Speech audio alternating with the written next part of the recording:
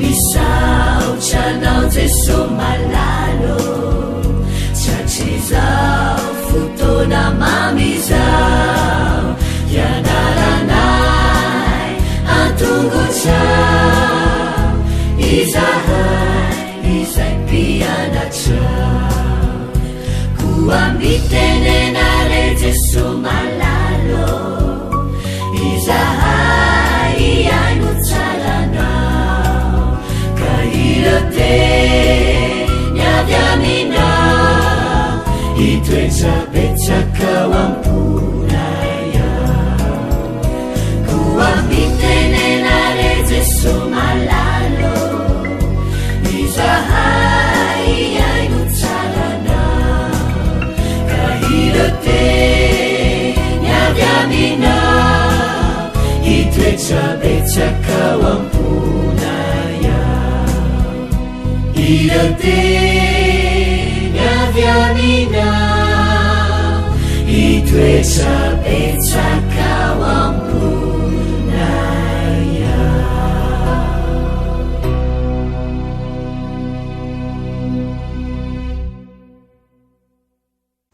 Falipiarabantsika tsirairay avy indray tonga eto amin'ny lesona ho an'ny tanora zokiny isika amin'ity alarobia ity, tonga eto amin'ity fandarana manokana ity ary manasanao hatrany mba hivonona ary handray izany tsy tapaka satria lehibe tokoa ny fandraisantsika ny sakafom-panahy amelombelona amin'ny fanahintsika ka tsy ho variana ny amin'izao fiainana izao tsika fa hatanjaka ny amin'ny tafio-drivotra ny rano ary raha ho avy ny fakam-panahy dia hitoetra mandrakariva amin'ny Kristy isika. Alohan'ny hidirantsika ny amin'ny lesona an'io dia hivavaka isika. Raha ny malala tsara indrindra mbola misaotra anao izay noho ny amin'ny izao fotoana anananay izao ahafahana mandika teninao. Misaotra anao ihany koa izay manome ny hery rehetra sy mitaona anay ho amin'ny fahamarinanao.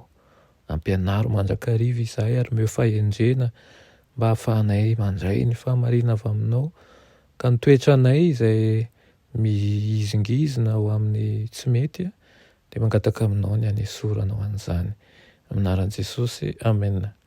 Lohatenin'ny lesonantsika androany dia manao hoe lalana narivony ikarakarana antsika, lalana narivony ikarakarana antsika. Nafoy ny aino ho antsika teo amin'ny hazo fijalian'Andriamanitra, ny famerenana ny ampahafolon'ny vola izay miditra amintsika, izany no kely indrindra mba azontsika atao ho azy. Raha tahaka antsika tokoa manko ny sorona nataon'i Jesosy dia hazava amintsika kokoa fa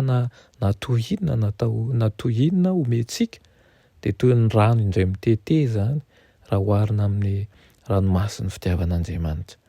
Arakaraky ny higoantsika amin'ny fitiavan'Andriamanitra no hanerisika hanome ho setran'izany.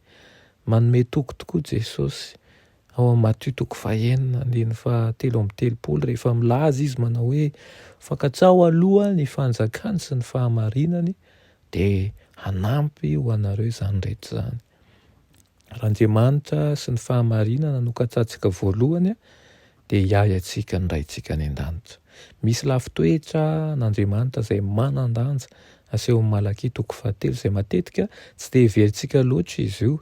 Mifantoka amin'ny fanetretenan'i Kristy isika izay asongadinina matetika ao amin'ny soratra masina kanefa maniry aneo ny heriny amintsika koa izy. Manohina an'izany hevitra izany ohatra ny ao amin'ny tantara faharoa rehefa manolotra ny ampahafolony sy ny fanatitra an-tsitrapon'Andriamanitra isika dia mahatonga azy ho afaka hanao zava-mahagaga eo amin'ny fiainantsika izany.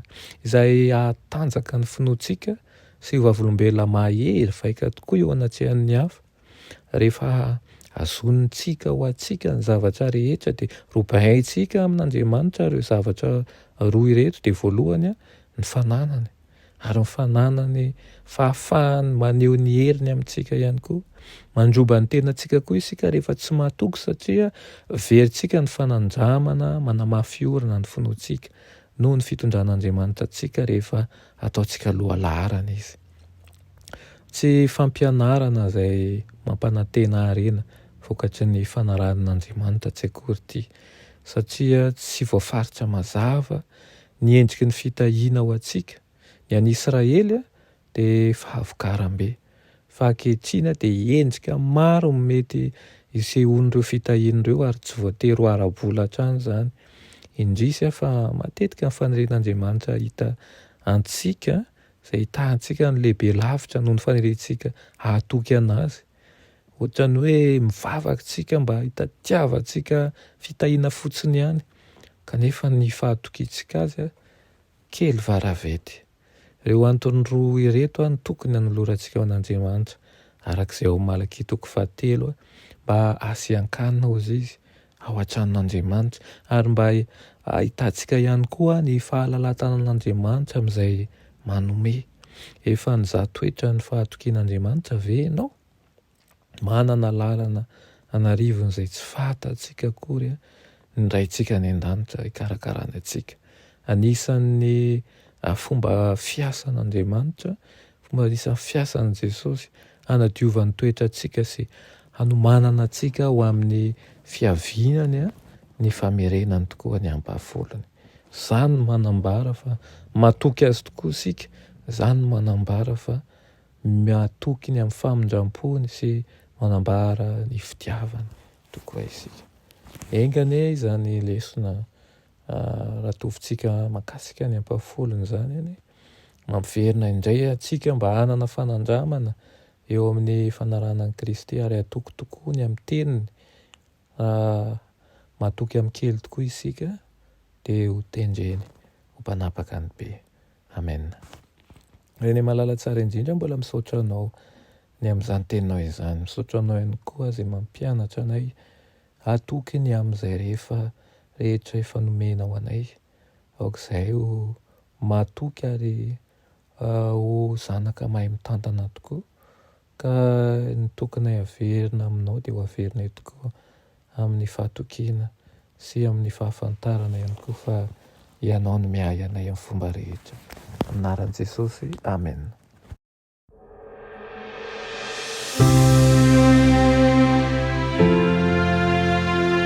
Mianatra eo an-tongotry Jesosy isan'andro.